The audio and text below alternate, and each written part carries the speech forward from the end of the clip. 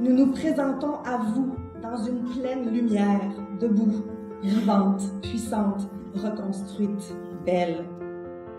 La Débrouille, c'est une maison d'aide et d'hébergement pour toute femme avec ou sans enfant qui subit de la violence psychologique, physique, verbale, économique ou sexuelle de la part de son conjoint ou ex-conjoint.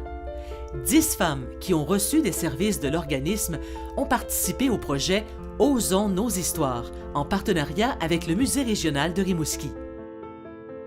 10 femmes victimes de violences conjugales qui ont transcendé le cycle de la violence dans leur vie et qui se sont mises en marche pour créer des œuvres magnifiques, inspirantes, qui témoignent de leur parcours de résilience tout en nous invitant à une prise de conscience collective sur une problématique sociale qui nous touche toutes et tous, la violence conjugale.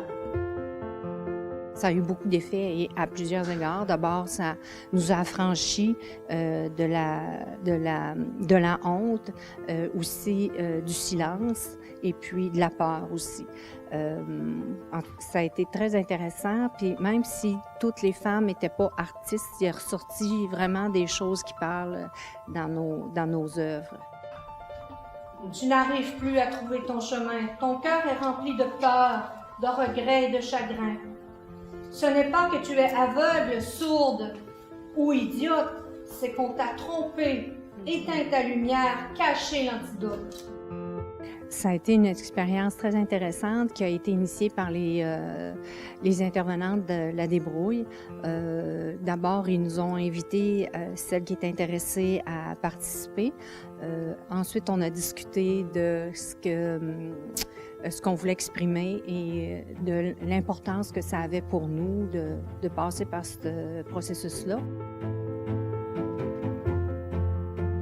Je parle de nos mères, de nos grands-mères, de nos tantes, de nos sœurs, de nos filles.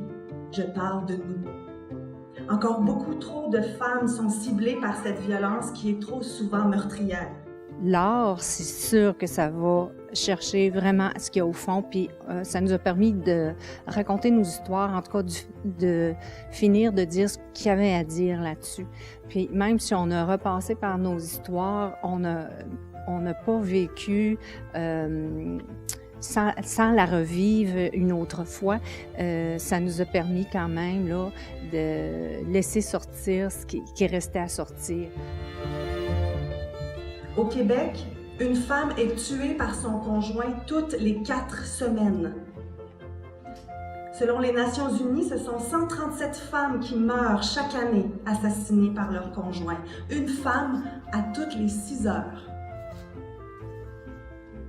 Vivre dans un monde où cette violence se perpétue encore et encore est intolérable, inadmissible, révoltant. Pourtant, encore aujourd'hui, et malgré sa prévalence effarante, cette violence insidieuse qui vise les femmes demeure cachée. Pourquoi je me suis impliquée, justement, pour aller chercher des femmes qui peuvent voir ce qu'on a fait, connaître les ressources aussi, et puis voir aussi que c'est possible d'avoir une certaine libération et de mieux vivre avec ce qu'on a, avec nos vécus, là, les histoires qui étaient les nôtres, là, de refaire quelque chose de beau au final avec tout ça.